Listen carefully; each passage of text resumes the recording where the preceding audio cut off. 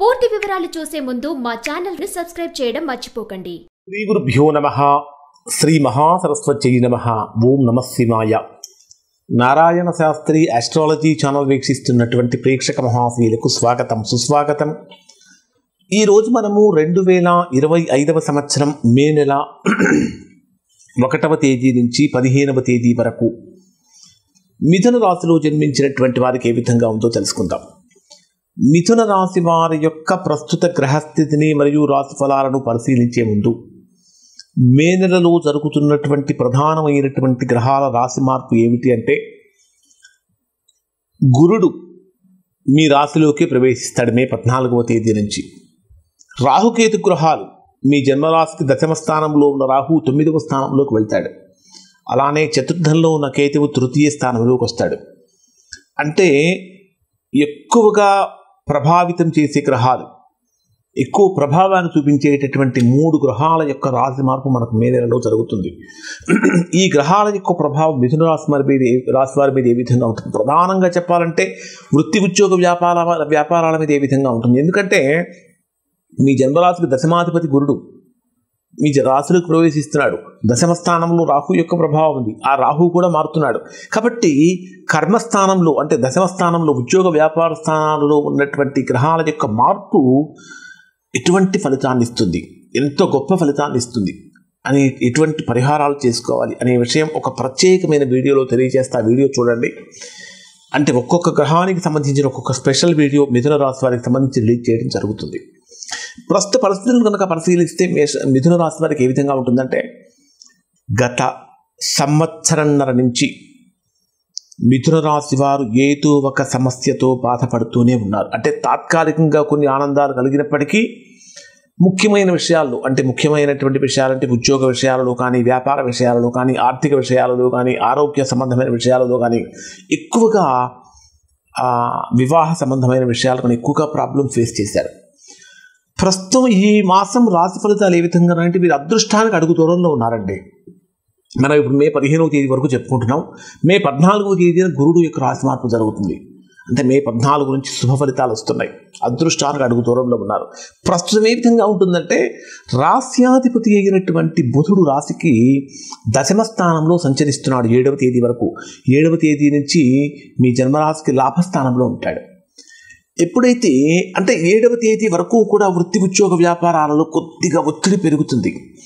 మనస్సు ఆందోళన కలిగించేటటువంటి సందర్భాలు, సన్నివేశాలు ఉంటాయి. చతుర్థ స్థానం అంటే మాతృస్థానాధిపతి కూడా బుధుడే కాబట్టి 7వ తేదీ వరకు తల్లికి సంబంధించినటువంటి ఆరోగ్యం విషయంలో కూడా జాగ్రత్తలు పాటించాలి. 7వ తేదీ తర్వాత సమస్తమైన శుభాలు, సుఖాలు, సంతోషాలు, ఆనందాలు మిథున రాశి వారిని వెతుక్కుంటూ వస్తాయని చెప్పాలి. అలానే ఆర్థిక ప్రగతి బ్రహ్మాండంగా ఉంటుంది.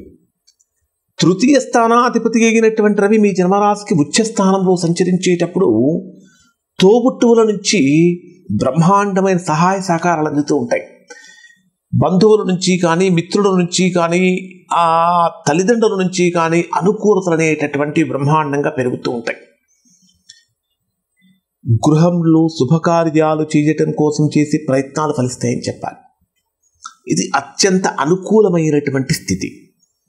ముఖ్యంగా 3వ స్థానాధిపతి ఎగ్జాల్టేషన్ ఉచ్చ స్థానంలో సంచరించేటప్పుడు అసలు ఊహకందనటువంటి గొప్ప నిర్ణయాలు తీసుకుంటారు. చాలా ధైర్యంతో, సాహసంతో కూడినటువంటి నిర్ణయాలు తీసుకుంటారు.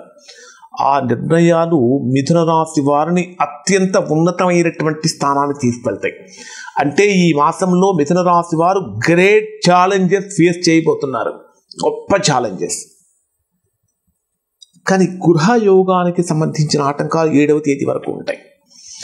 సంతానపరంగా కనుక తీసుకుంటే, సంతానపరంగా కానీ, ప్రేమ వివాహాల విషయంలో కనుక తీసుకుంటే ఈ నెల మొత్తము కూడా మీకు ఇది అనుకూలమైన, అంటే సంతానపరమైన శుభవార్తలు వినటానికి కానీ, లేదా అవివాహితులుగా ఉన్నటువంటి వారికి వివాహం కావటానికి కానీ, లేదా లవ్ మ్యారేజ్ చేసుకోవడం కోసం ప్రయత్నించే వారికి అవి కానీ అనుకూలంగా మారుతూ ఉంటాయి. ఎక్కడ ఏ విషయంలో మిథున రాశి వారు జాగ్రత్తలు పాటించాలంటే, ఇన్వెస్ట్మెంట్స్ చేసేటప్పుడు జాగ్రత్తలు పాటించాలి. కారణం ఏమిటంటే, షష్టాధిపతి అయినటువంటి కుజుడు మీ జన్మరాశికి 2వ స్థానంలో, వాక్స్థానంలో, ధనస్థానంలో సంచరిస్తున్నాడు. ఆరోగ్యపరంగా కొద్దిగా ఇబ్బందులు కలుగుతూ ఉంటాయి. ముఖ్యంగా చెప్పాలంటే డైజెషనల్ ప్రాబ్లమ్స్ కానీ, కిడ్నీ రిలేటెడ్ ప్రాబ్లమ్స్ కానీ, లేదా కొన్ని అంతర్గత అంటే కొన్ని గుప్త రోగాలను ఉంటాయి, వాటికి సంబంధించినటువంటి సమస్యలు కానీ అవి కొంచెం ఎక్కువగా ఇబ్బంది పెడుతూ ఉంటాయి. కానీ ఆవేశం పనికిరాదు, ఆలోచన తగ్గకుండా చూసుకోవాలి. మాట్లాడేటటువంటి మాట తోటలాగా ఉండకూడదు, ఎదుటి వారిని ఆకట్టుకునేటటువంటి విధంగా ఉండాలి. మీ మాటలతోటే మీరు సమస్తాన్ని జయించగలుగుతారు, మీ మాటలతోటే సర్వం కోల్పోగలుగుతారు. కాబట్టి మాట అత్యంత ప్రధానమైనటువంటి విషయాన్ని మిథున రాశి వారి ఈ మాసంలో గుర్తుపెట్టుకోవాలి. ఎవరైతే నిరుద్యోగులుగా ఉన్నటువంటి వారి మాసంలో ఉద్యోగ ప్రయత్నాలు కనుక చేస్తూ ఉంటే స్వల్పమైన ఆటంకాలు కలుగుతాయి. అయినప్పటికీ కూడా అనుకూలమైన ఫలితాల కోసం దత్తాత్రేయ స్వామి యొక్క ఆరాధన చేయటము చాలా శ్రేష్టమైనటువంటి ఫలితాన్ని, యోగాన్ని ఇస్తుంది. ఇక్కడ దీర్ఘకాలికంగా రావాల్సిన ధనం అంతా కూడా చేతికి అందుతూ ఉంటుంది. ఆర్థికంగా బ్రహ్మాండమైనటువంటి అభివృద్ధి అనేటటువంటిది ఇక్కడ మిథున రాశి వారు చూస్తారు. అసలు డే వైజ్గా పరిశీలిస్తే ఏ విధంగా ఉంటుందంటే 1వ తేదీ ఉదయం నుంచి 3వ తేదీ ఉదయం 6:38 మధ్యలో ఉండేటటువంటి సమయంలో సంపూర్ణమైనటువంటి సౌఖ్యము, ఆనందము కలుగుతుంది. ఆరోగ్యపరంగా ఆనందాన్ని పొందుతూ ఉంటారు. విందు వినోదాది కార్యక్రమాల్లో పాల్గొంటూ ఉంటారు. ధనలాభం కలుగుతుంది. మిమ్మల్ని గౌరవించేటటువంటి వారు మీ యొక్క కీర్తి ప్రతిష్టలు పెరిగేటటువంటి విధంగా ఉంటాయి.